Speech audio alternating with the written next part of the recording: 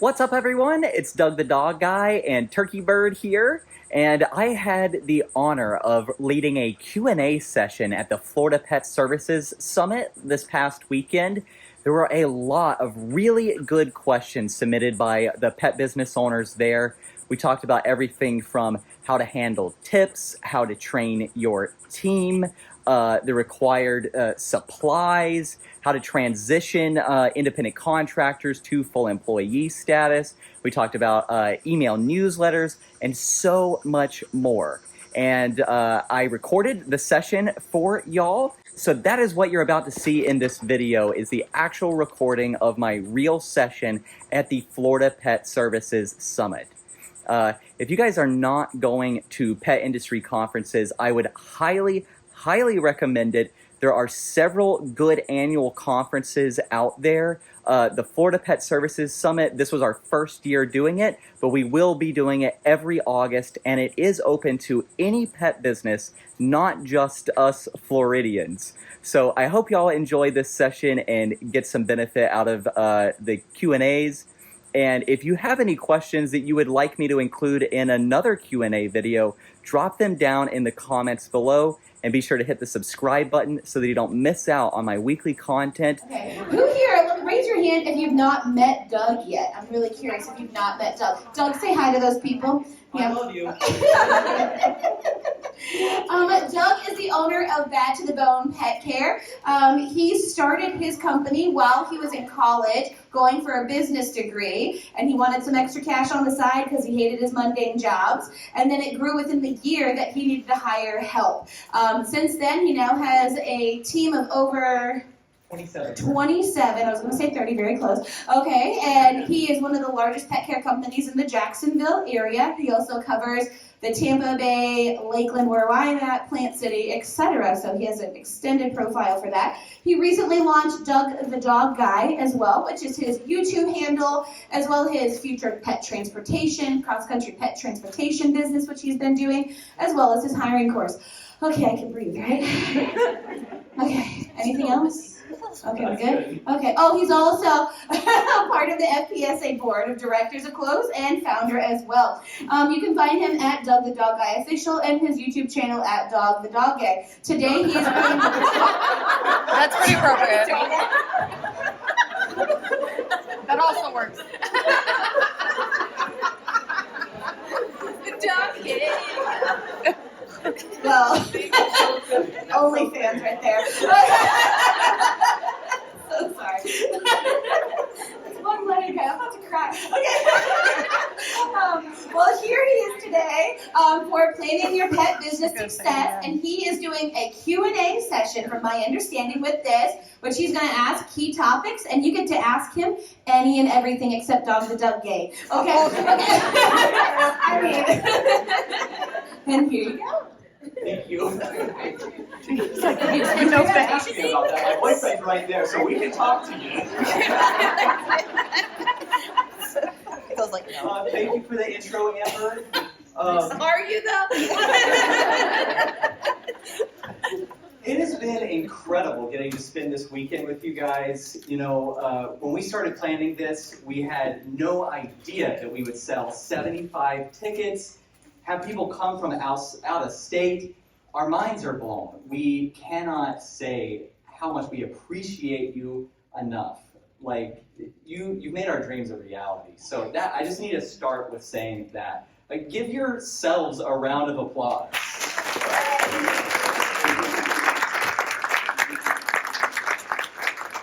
Now, we are at the end of the weekend, so I wanted to keep it super casual, you know. I get lots of questions on my YouTube channel, on Facebook, from pet business owners all over the country about all kinds of topics. I have a really exciting slideshow about writing a business plan that I can go through those slides if you want me to, or you guys can ask me anything and everything that you want to know, and we can have fun with it. That's what I would like to do. So, Do it. So what do you guys want to know? What questions do you have for me?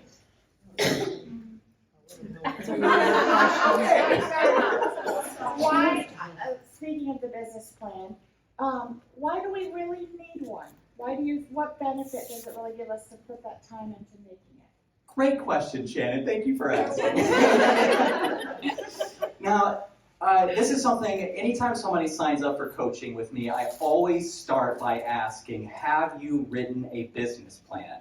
Because this, out of all of the different things that I have done in my business over the last decade, this is what has made more difference than anything. The first 2 years of my business, I had no direction, no written plan, just flying by the seat of my pants, and I found success. I did need to hire within my first year. I won a couple of local awards, but my business internally was a complete dumpster fire. And no one would have known it, but I knew it, and it ate me alive. And it was about going into my third year in business, I signed up to work with my first business coach. I've worked with many different business coaches over the years. It's a great way to kind of fast track success. And if you're having issues in your business or hurdles, find someone that has already gone through those issues that can help you. There's no point in trying to reinvent the wheel here. And as I was talking to my first business coach, I was telling her about all of the issues I was having. I was telling her about the goals that I had for the future. And as I talked, she just started laughing. And she said, "Doug, you don't have a plan, do you?" I was like, "What do you mean I don't have a plan? I just told you what my goals are." She's like, "That's not a plan. That's not an actual written plan." So we sat down, we wrote it out, and it was like all of a sudden the clouds parted. I could see the light. I got really in tune with my marketing. I got really in tune with my policies. I got really in tune with all of the different aspects of my business. And that's why I tell everyone to write a business plan. I think there's a big misconception that business plans have to be for when you're getting a business loan or when you're getting investors and all of that kind of stuff. And a lot of the time when I bring business planning up to people, they get overwhelmed with, "Oh my God, it has to be this certain format. It has to be laid out in this exact way." I don't care about any of that. You can write your business plan on the wall with a crayon, for all I care. You just need to know some of the key attributes of what you're actually doing. Did my handout go around? No. Okay. Oh, shit. No. Yeah, so Cole and Brenna are going to pass out my one-page business plan template. As I'm talking, I want you guys to jot down your initial thoughts on what is on this template. And then when you go home, you can dive into each of these sections and really start fleshing this out and really making a fully comprehensive document. But this one-page template really covers all of the basics and will get you on the right track. Thank you. Oh, good paper stock. So that's me and my beautiful team of pet sitters and dog walkers there. I don't know where I would be without them. I definitely couldn't be standing here. If you guys have not met Brenna, Brenna is my operations manager. She runs the entire business for me. Everyone give Brenna a round of applause.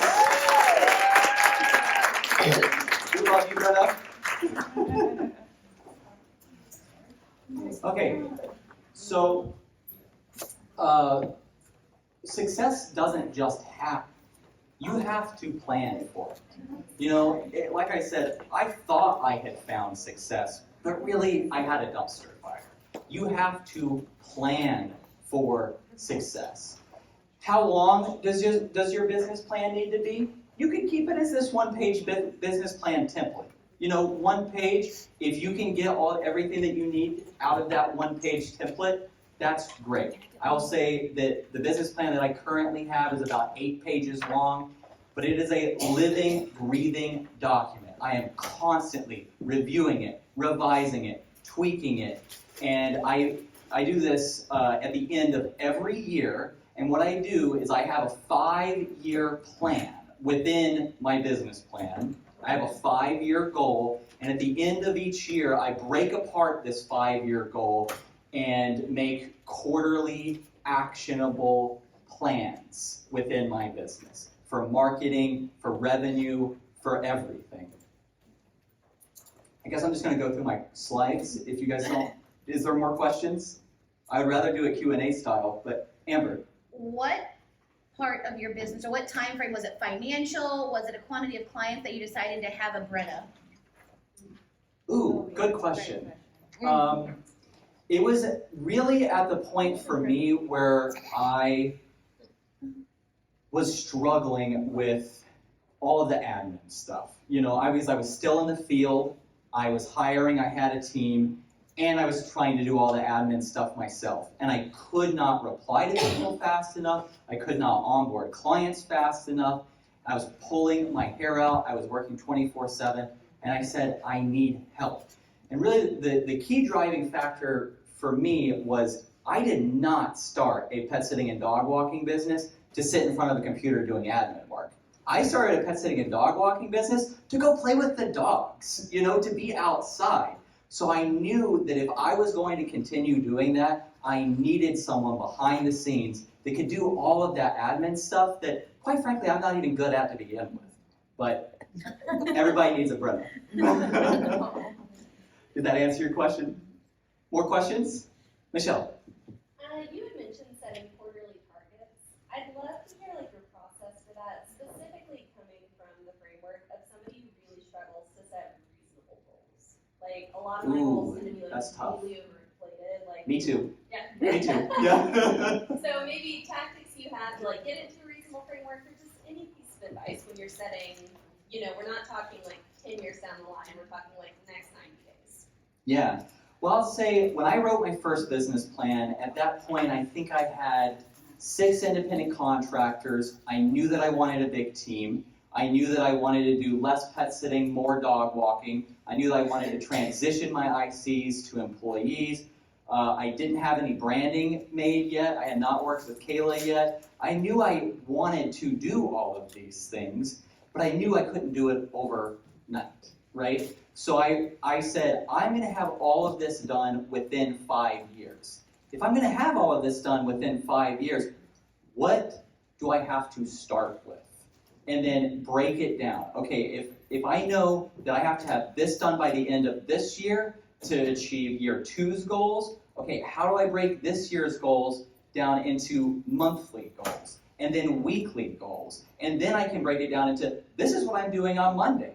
This is what I'm doing on Tuesday. This is what I'm doing in the morning. This is what I'm doing in the evening. There's no ifs, ands, or buts about it. I have my vision, my long-term vision. Did you say something? No. Oh, I was hoping you didn't. No, I had my long-term vision and I just broke it apart. But yeah, my goals are always lofty and I have to break it apart and make it realistic. Yeah. Okay. Yes. So I was on your Facebook and your website. You have a lot of Google reviews and Facebook reviews. What's the best way to get your clients to give you reviews and things like that? What incentives do you give them for reviewing you? Oh, that's great. That's great. So at the end, if it's a pet sitting client, at the end of the first pet sit, we always we have a branded card. I know Lori has, do you have any of your cards with you? I didn't bring any of my cards. Your welcome home cards with the QR code? Yours are phenomenal. I have one in my car. I can get one. Okay, well, it's great. No. We leave one of these at the end of every one of our pet sits, especially after the first one. And it says, welcome home. Thank you so much for sharing your fur babies with us. We had a great time.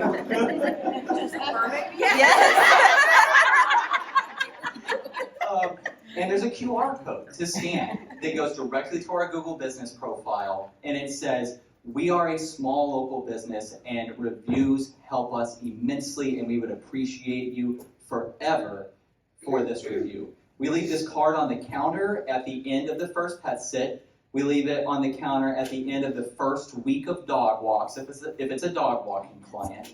And then if we don't get a review within the first couple of days, we follow up with a message on Time to Pet, basically saying the exact same thing. And I always put the exact direct link to our Google business profile. That way they don't have to go search and, oh, is this it? Is this it? They can click and it's just super easy. But I just really emphasize the fact that we are a small local business, and like if you go leave an Amazon review or leave a review for your local Walmart or something, nobody's going to read it, nobody's going to care. But for a small local business, it can make us or break us. Yeah. I do that, and then I also put at the bottom of every one of our email newsletters. We appreciate reviews so much. Here's the link. That's at the bottom of every one of our newsletters. If you guys aren't doing a newsletter for your clients, I highly suggest that. When we have new clients sign up on our website, they're automatically added to our email platform. And then I have 2 different funnels. One for clients that we were able to accommodate, because we have to speak to them with a certain type of verbiage. And then the clients who we're not able to accommodate go into a different funnel, and we speak to them in a little bit different way, and give them a kind of a different message. So that's at the bottom of all those email newsletters. And then I also tell our team that if you can land a 5-star Google review, I'll give you a $50 bonus. And that really pushes our team members to go out there and be proactive about asking for the reviews. Speaking about staff a little further, what benefits do you offer other than just hourly raises? Okay, yeah, that's great. So we pay on a tiered system. Everyone on my team starts as a tier 1 pet sitter, and then at they're at the tier 1 pay rate for their first 90 days. That's when we do all of their training, and it's kind of their probationary period. And then we bump them up to a tier 2 pet sitter. That's a slight pay increase. At the end of the first year, oh sweet, Lori got some of the cards. Will you pass those around, Lori? They're really good. Everybody just take a look at these. Ours are identical, just with our branding instead of Lori's branding. Yeah. Lost my train of thought. Where was I? Tier 3. Yeah. So at the end of the first year, they're bumped up to a tier 3 pet sitter. That's a slight pay increase. And then once they are a tier 3 pet sitter, we pay for their Planet Fitness membership and a Costco membership. It's like drops in the bucket for the business, but it's great for the employees. They really appreciate this stuff. So what's your bonus? Hourly? Yeah, that and we do like the $50 bonuses for reviews and stuff like that. But yeah. I have 2 questions. One, you talked about the newsletters and the different verbiage for if you couldn't accommodate them. Are those people that you can't accommodate because It's typically because we weren't available. They're requesting last minute and we couldn't fit them in, that kind of thing. But it's clients that they came into our world and we want to keep them in our world, So we just continue sending out that messaging. That way, hey, I'm sorry that we weren't able to accommodate you now, but I don't want you to forget about us because we may be able to accommodate you in the future. So not clients that you've dismissed because you weren't. Yeah, those are taken off the email list. Yeah. My other question was about your hiring course. So I started hiring a year ago, and I really wish you had the course then. That would have been amazing. Yeah. Congrats on hiring. Thank you. So I have 6 employees now. Awesome. Yeah. That's fast. It's great. It's growing really rapidly. Would I still benefit from your hiring course? Do you think? Yeah. Yeah. I think so. Yeah. Some people have taken the hiring course. Yeah. I mean, and you have team members already. Did you learn? Absolutely. Yeah. Sweet. Awesome. That's what I want to hear. Thank you. Janie. You were sick, but I shared 20% employee discount. So. Oh yeah. Oh, 6 sweet. years into this, he taught me something in his hiring course. Sweet. Well, and I have to give Amber credit for that. I learned that from Amber. So. Yeah, my employees really thank you, Amber. What? Yeah. If your employees refer a client, you get a client usage. Yes, we do a $50 bonus for that also. Yeah, so she said if the team member lands a new client, like through a referral, I give all of our team members flyers and business cards and stuff that they can write their name on, And then when a client signs up on our website, they can say, hey, I found a flyer in my apartment complex with Brenna's name on it. Brenna's getting a bonus. Do you have a minimum? Yeah, we do. What do you mean? Well, if the person hires you for one dog walker, you start giving that person a $50 bonus. No, they have to spend at least $250 with That's us. right. Yeah, yeah. Yes. Do you do team building? Yes, team building activities is huge, We volunteer together at the Humane Society. We do park cleanups at the John Gorey Dog Park in downtown Jacksonville.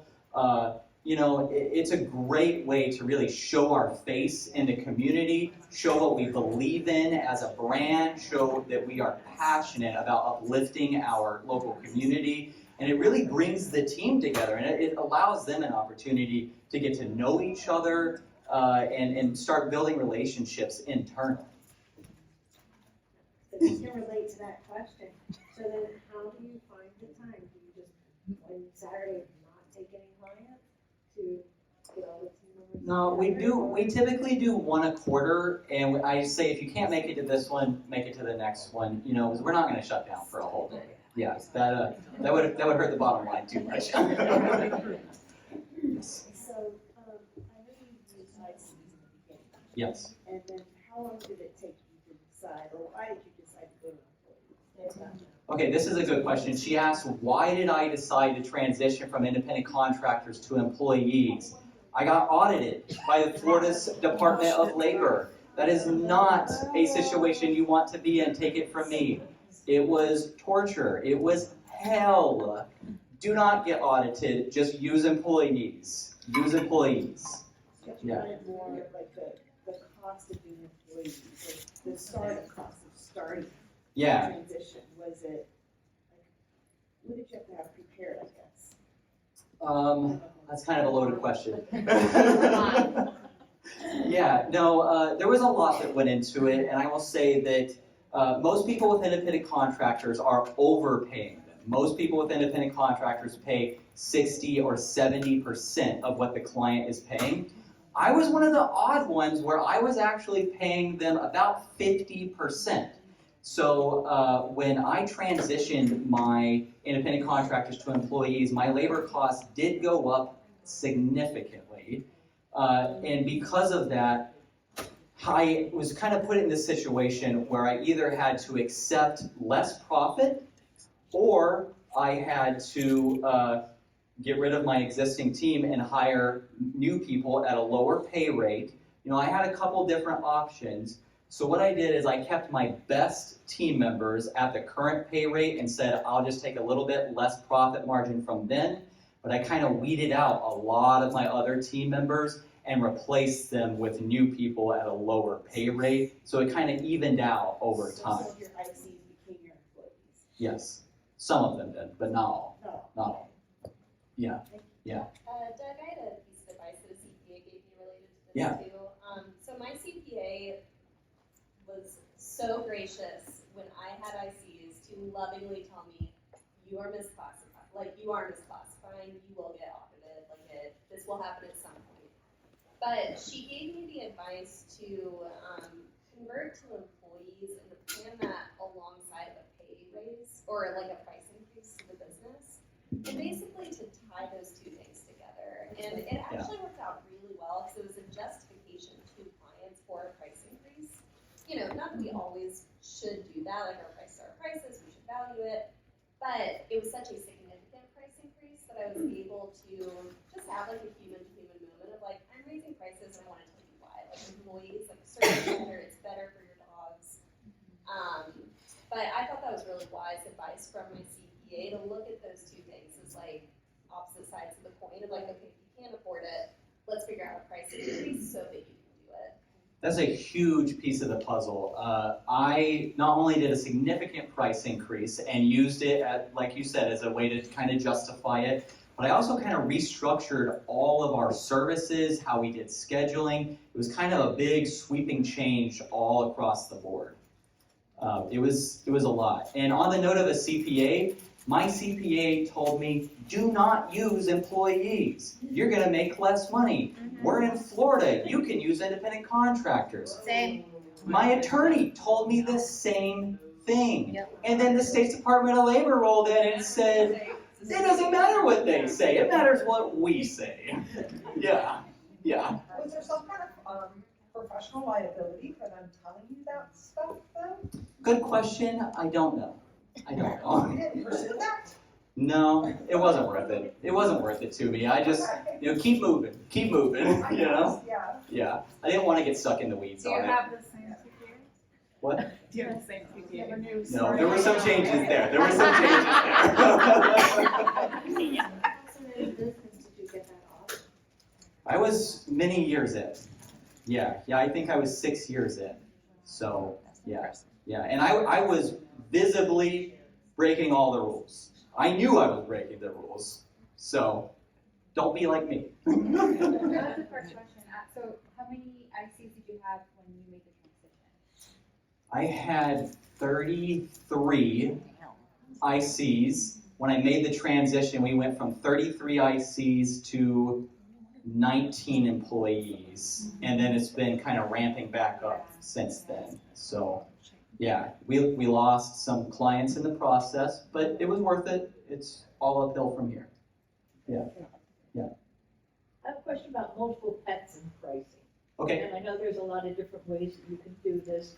I've heard some folks that want to charge each individual pet their full price. I've heard that some folks give a discount for the second or third pet. You do first two Right. is the same price and then additional after that. Right. How do you do that calculation when you're trying to establish how much you should be pricing? I really factor it all off of our base price. When I work backwards on deciding how much we should price our services, I do everything just off of our base price, not really factoring in the extra pet fees and all of that other stuff. That way, when the extra pet fees come into play, it's just extra money, yay for everyone. Okay. Yeah. Do your team members get extra for visiting multiple pet homes then, or does that go to the office essentially for extra cost management? Yeah, if the client is paying an extra pet fee, we do give 70% of that to our team, which is probably too much. I probably would not suggest giving your team quite that much, but pros and cons to everything. So are your employees full-time, part-time, or seasonal? Everyone is part-time except for Brenna. Yeah, everyone is I say in our job ads that we guarantee no hours. It is supplemental income only. So everybody's very part-time. Almost everyone on my team is either retired, and so they don't need a job. They just want to stay active, get out of the house during the day. We hire a lot of stay-at-home moms where, again, they don't really need a job. They just want to go out and do something, be active while their kids are at school. We have a really big military presence in Jacksonville, so I hire a lot of Navy wives, where it's the same type of deal. And then we have a lot of people that, gig work is, the way of the future, really. And when you hear gig work, you think independent contractor, but no, we're doing it as an employee basis. But a lot of the people on my team, they're driving for Uber, they're doing Lyft, they're doing DoorDash, the Amazon Flex delivery, and they're kind of making this stuff work, around their pet sitting schedule. We also have some people that work flexible work from home jobs that, that works out really well too. Question? Question? How do you manage tips or tips? How do you manage that? Tips? So the tips 100% go straight to the employee. So, but, okay, so does one staff member go to Well, if it's multiple team members going to the client's home, then we split it depending on the visits. Yeah. Yeah, time to pet will do that for you. Yeah. You know what the problem is? Thank you. It's just like touching buttons, I think. Maybe. Just say, you just have those decisions. Yeah. Yeah. Yes. Another question. I want to get my team first aid and CPR certified.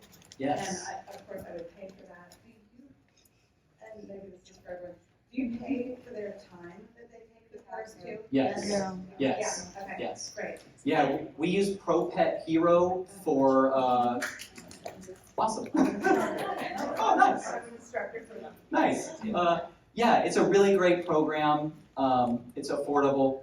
Okay. It's affordable, and we do pay for their time. Yeah. Same thing with like Fear Free if they did, because Yep. when I do Fetch Find and I have them log into. Fetch Find is great. I have to log in, for the modules that are required them to do, and they're paid for that time. Yeah. Usually at our first tier rate, which is in the first Right. period, so, okay, I just Yep. wanted to see if that was.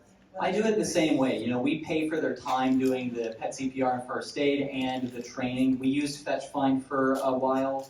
I will say that you can make it a requirement for getting the job. Like teachers, they have to have a teacher certification to get the teaching job. You can make the Fetch Find certification a requirement to getting the pet sitting position. I think that's what you do, right, Amber? They have to be a certified pet sitter through NAPS, PSI, or like a Fetch Find. And if they Right. don't have it, we pay for them to have access to it, and they can do it on their own time because it's an education requirement, like a teacher. Right.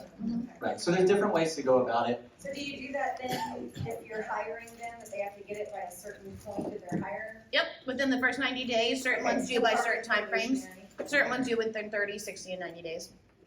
Yeah. And we do first 90 days also. Yep. You don't just specify anymore, correct? You created your own course? Yes. At what point in your business did you decide that that was more financially viable? Really, I knew as soon as I looked at Fetch Find the very first time. Geez, Fetch Find is a sponsor. So I probably shouldn't say that.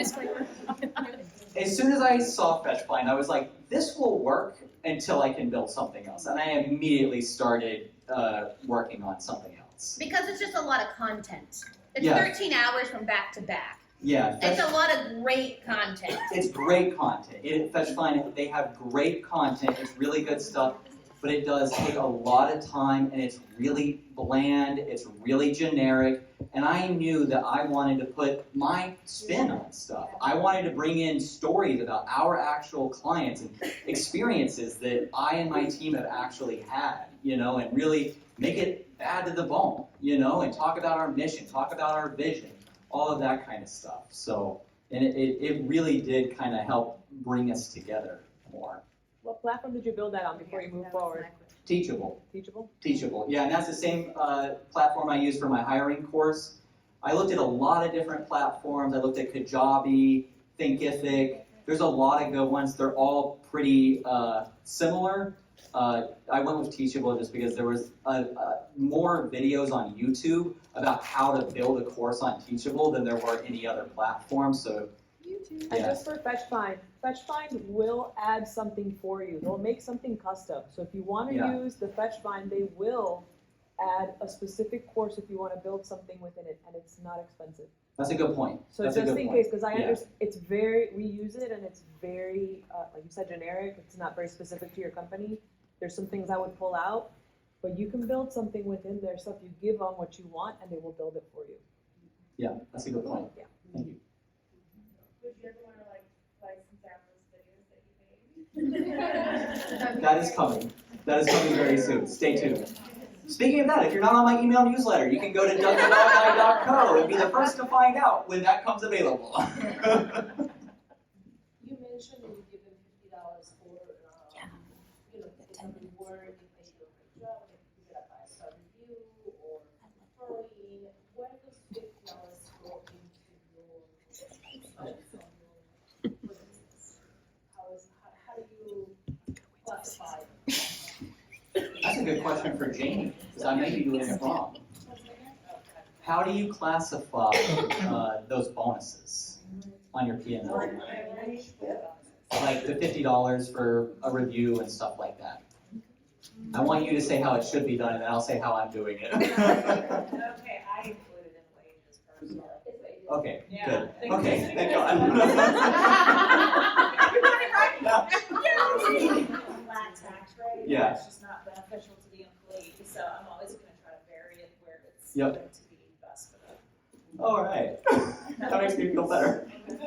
All right.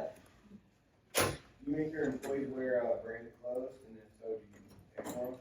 Yes, yes. If you work for me, you do not go into a client's home not wearing a Bad to the Bone shirt. And when you start with my team, I give you 2 shirts. And then if you start doing a whole lot of visits, you're working, for us very regularly, I'll give you as many shirts as you need. That's kind of how I go about it. Do you give them any other supplies? Leashes, poop bags? Yeah. Do you have your canvas bag with you, Brenna? Yeah. It's like our beach bag that we made. Yeah. It's cute. Yeah, so all of our new employees get one of these canvas bags, and in that canvas bag, they get a printed copy of our employee handbook. Super exciting. They get a dual-handled leash. They get a freedom harness, a medium-sized freedom harness. They get their 2 shirts. They get a bunch of Bad to the Bone stationery cards. We have branded water bottles. What am I missing, Brenna? Notebook. We have a branded notebook. Bunch of flyers. Bunch of flyers. We have fridge magnets. A collapsible water bowl for the dogs. A headlight in case they're working at nighttime. Miniature pet first aid kit. I order those off of Amazon. I feel like I'm forgetting something. Do you know the total cost of a whole goodie bag, like overall? 'Cause I'm changing the contents of mine all the time, and it's like, oh, I need this and that, so it comes out to like 300 or something. Ooh. How much? With everything. Well, we do a lot of dog hiking, so they need like a lot of hiking gear. Oh yeah, that's expensive. We don't do any of that. Yeah. Yeah. Do you know around the price? Yeah, ours comes in right at $100. It's right around $100. Yeah. Do you require them to carry human first aid kits? I don't require it. You might want to look at those. Okay. Nope. All of my staff has a human first aid kit in their car. Okay. Required. Cool. That they have to have it. Cool. Love it. Yeah. Okay. Heidi? What kinds of things do you suggest requiring your staff to carry for safety, like air horns or whatnot? And is that provided? Pet corrector. Pet corrector? Yeah. Mm-hmm. Other questions? Yes. I think I had crossed paths with you on social media at some point, asking about client referral incentives. Does your company give incentives to clients for referrals, and how does that work? Yeah, so we have these custom referral cards. They're like a little bit bigger than a business card, a little bit smaller than a postcard, and we order like the real thick, nice paper so they stand out. They're kind of a funky size, they're really thick, they won't get lost in the mix. And it says like, help us grow our pack. Well, no, on one side it says, thank you so much for sharing your pets with us, with our logo and our website. And then on the back it says, help us grow our pack, refer a friend, and you'll both get a free dog walk. And then it's got a line where they can write their name and then the person they're referring. Then we go to the new client consultation, they give us the card, and then we know to go on time to pay and just put that free dog walk credit on both accounts. Yeah, and we get a lot of clients from that. Yeah, that's great. There was another question over here somewhere. Yes. Newsletter. Where do you get your content from? I mean, is somebody just writing it with what you have going on, or what do you put into it? Yeah, I really base it off of, I write it myself. I write my email newsletter myself, and I really try to keep it personal and really tie into what's happening in our local community. Right now there's a hurricane coming, and yeah, right. So my next email newsletter that goes out will be centered all around hurricane. Weekly. Every Friday. Every Friday. What? Yeah. Yeah, I was going to say, did I do a blog for FPSA on hurricanes? Do you have different segments for your current clients? Like Yep. people who do, how many segments do you have? Current clients and potential clients. So clients that signed up and we weren't able to. Yeah. We could and honestly probably should break it down further than that. You could break it down into specific service areas. You could break it down into pet sitting clients and then dog walking clients. If I had 1 million hours, that's what I would do. But that is what I would do. But yeah, I have current clients and then potential clients, and I use ConvertKit for our email newsletter. I'm using Time to Pet now. I've only been using it a couple months, and my old email software, we wouldn't talk about that. But so I'm basically starting from scratch. So right now I'm only emailing people through Time to Pet. So how do you get? And they're not really responding to any of the messages. Very few, like 251 response. You know. So do you take those emails and put them into an email server, so you can do like more of a not through a Time to Pet style? I mean, how do you work? Yeah. So like, how does anybody work that? Yeah. When you clients sign up on your, do you have them sign up on your website? Yeah, there's a link. Okay. Is it the Time to Pet sign up form, or is it a separate one? Well, I have like a form that asks like questions. Right. And then I could use it for that. I could take the email off that, but then we switched it and it goes right to Time to Pet because people were getting confused and it was. Okay, so you have the Time to Pet onboarding form embedded on your website? Yes. Okay. You can Zapier. Janie and Robert just did a great webinar. You guys got to watch that. Is that in your group? Was that in? He did that one. Okay, what is it? Next Level? Next Level Pet Business. Yeah, Next Level Pet Businesses. Robert, what's his last name? Robert Strickland runs this Facebook group. Tons of great content in there. And he and Janie just did a webinar about setting up Zapier and automating your business. I have a YouTube video about it. But basically, when a client signs up, you can have Zapier pull their email address, add it to your ConvertKit, your MailChimp, whatever it is you're using for your emails. And we do send messages, bulk messages to clients on Time to Pet, but just like you said, nobody replies. I don't know if they read them or not, but on ConvertKit, I can see who is opening their emails. So, yeah. I see online with that too, there's open rate. Yeah, it does show you your open rate on Time to Pet. I don't know if I trust it, but that's a different conversation. We have time for probably one more question. Okay. One last question. Oh, let me have that. First and last. I've got a good one for you. What is your takeaway, Doug, from this weekend? Like, we know you know a lot about this business, but maybe something you learned or you didn't expect to learn, or your favorite. Like, what is your takeaway? Oh, I love this question. Put me on the spot. Put me on the spot. This is going to sound like such a cop-out. But I mean it. I mean it. You know, I started a pet sitting and dog walking business so I wouldn't have to deal with people. Joke on me, right? Yeah. But because I never considered myself a people person, and then I come to events like this, and I'm like, I found my people. Yeah. You know, and that's my takeaway from this event, is that I'm not just a dog guy. I am a people guy too. You know, I love all of you. Like, No. Yeah. Real quick, can we still get a copy of your presentation slides? Yes. Oh yeah. Yeah, absolutely. You'll be getting copies of everyone's presentation slides.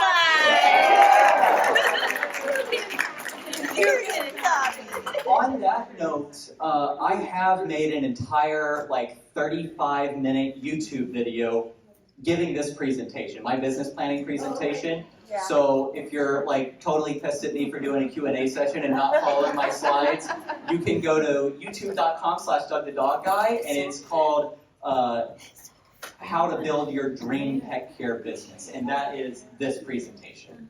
Same slides and everything. Real quick, while I'm up here. One up to the front. Why is it showing?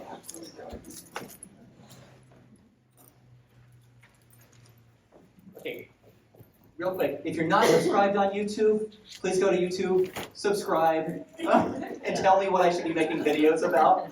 Okay, and then if you have not seen enough of me this weekend, I will be back next month on September 30th in this exact same room with Dom Hodgson. He's the one that wrote the book that y'all wrote. We'll actually be in that room where the food was. There's only 30 seats available. They're going fast, so go to petbusinessmarketing.com/Orlando and get your tickets while they're still available. Do it. I'm full of shameless plugs today. Yeah, he did. We'll see. All right.